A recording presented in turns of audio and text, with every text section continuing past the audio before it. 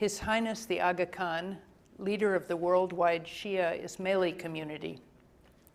Through the Aga Khan Development Network, you have leveraged the social conscience of Islam in ways that benefit people of all faiths, promoting tolerance, pluralism, and broad-based development.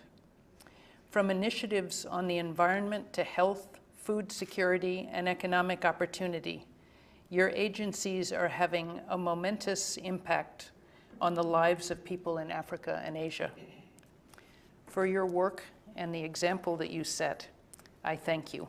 Thank you so much. Probably some people in this room are very familiar, and others might not be as familiar with the traditions of social conscience within Islam. And I wonder if you could enlighten us both about the thinking and also how you've translated that into practice. What Islam says about supporting people in society is perhaps somewhat different from other communities and other faiths. The premise that Islam works on is not just helping, but helping to render the individual capable of governing his or her destiny.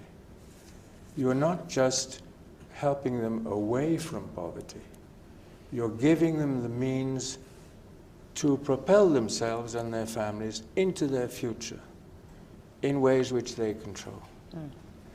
And therefore, when you educate, when you help in healthcare, when you give access to credit, you're not looking at just helping the individual survive. You're trying to reposition the individual and the family in society. That is the basic premise of social support that I believe is the correct interpretation of Islam.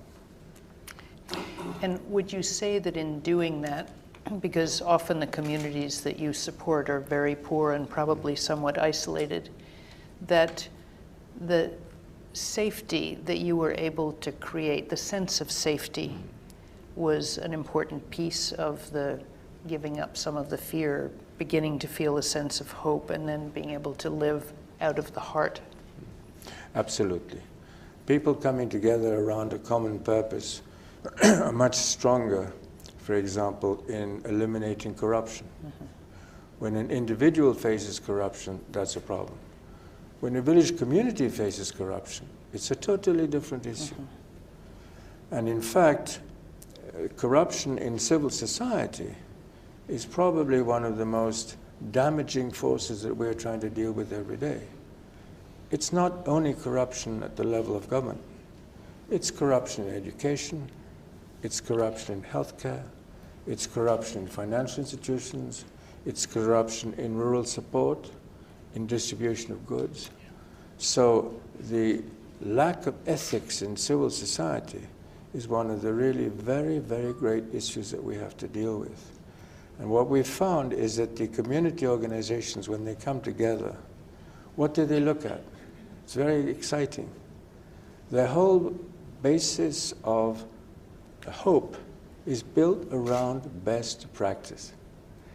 They reject all the things that have damaged them individually, and they come together and say, we want a new future, built around new people whom we choose because we trust them. Thank you. That's a wonderful note on which to end our discussion and turn to the table conversations.